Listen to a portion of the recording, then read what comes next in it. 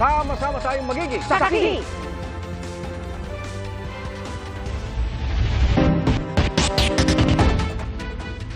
Walang kaukulang water permit pero may sariling deep well pumping stations ang dalawang pogo na niraid sa Bamban, Tarlac at Porac, Pampanga. Ayon sa PAOK, bagamat napakalaki ng compound na sinusuplayan sa Bamban, nasa 3,000 piso lang umano ang binabayaran kada buwan. Saksi, si Salima Refran. Napakalaking compound pero walang water bill na dumarating sa Lucky South 99 compound sa Porac, Pampanga na sinalakay noong Hunyo dahil sa mga alegasyon ng iligal na aktibidad. Sa pagsisiyasat ng Presidential Anti-Organized Crime Commission o PAOK, yun pala, may sarili itong supply ng tubig. Nadiskubre roon ang 5 underground deep well pumping stations.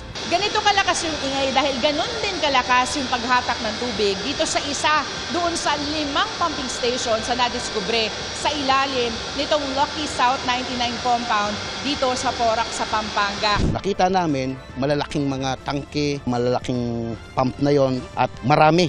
Kaya doon kami nabahala. Kasi alam naman natin kung ano magiging resulta ng sobrang paggamit ng extract ng tubig sa ilalim ng lupa, babagsakan lupa. Sinusubukan pa naming makuha ang panig ng Porac LGU.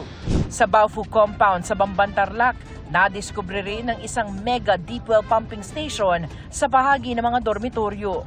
2 palapag ang lalim, naglalakihan ng mga makina at may dambuhalang water reservoir.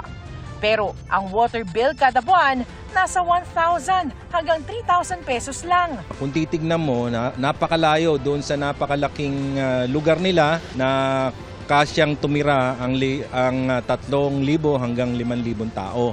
Tapos may Olympic size swimming pool pa. Ang iniisip namin, yung resibo na yon is parang front niya lang nitong Pogo Hub na ito para sabihin nagbabayad siya ng water. Babalikan at ire-review ng Bamban LGU ang mga plano ng compound. Yung sa tubig, hindi namin makita doon sa plano. Maybe baka nakatago lang, reviewin namin uli.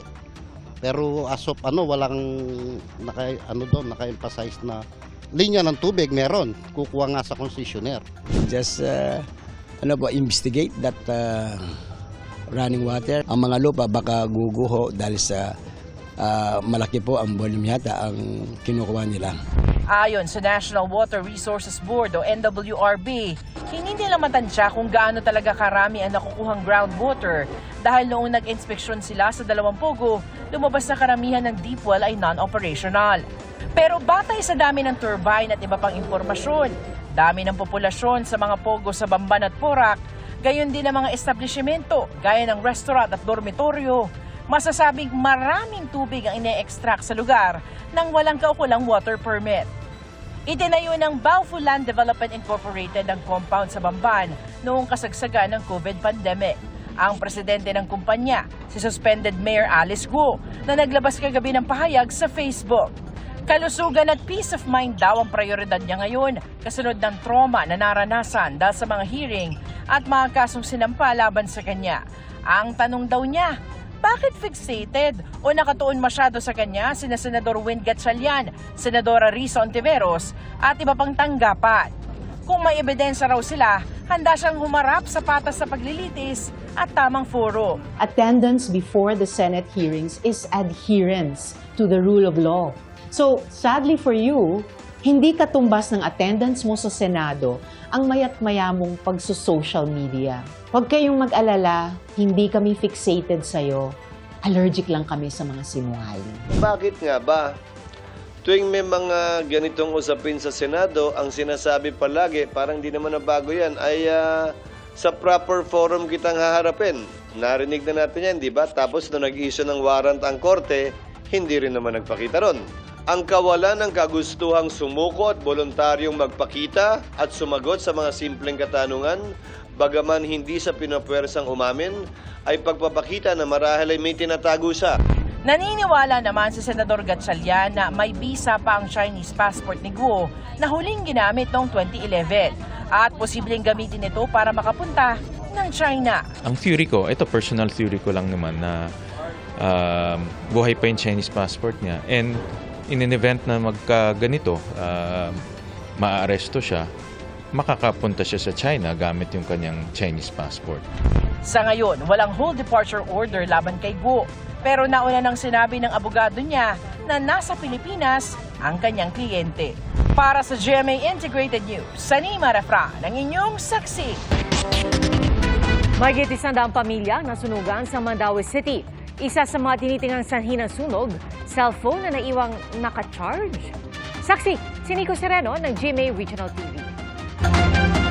Katatapos lang bumuhos ang malakas na ulan nang sumiklab ang sunog sa sitio San Jose, Barangay Gizo sa Mandaue City kahapon.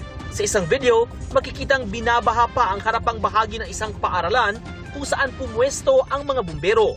Ayon sa Bureau of Fire Protection, nasa 42 bahay ang natupok. Katumbas yan ng 100 pamilyang naapektuhan.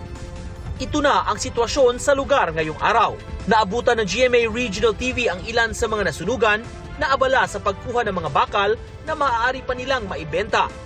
Pansamantalang nanunuluyan sa Mayor A.S. Fortuna Elementary School ang ilan sa mga nasunugan. Actually, bahaan nga area pat gipagamit na lang na mga ubos for the katong mga senior citizen.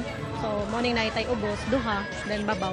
Naging emosyonal ang may-ari ng bahay kung saan nagsimula ang apoy. Humingi siya ng paumanhin dahil hindi umano niya kagustuhang magkasunog sa kanilang lugar.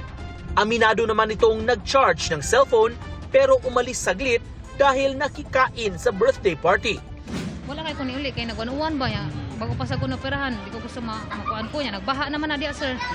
Ako ngi dugay-dugay. Dali ram kayong kayo. Gusto to ka mga sorry. Di man ginamot niyuan good nga masunog ang among lugar kay bisag ako, wa masagi ko nadagyud.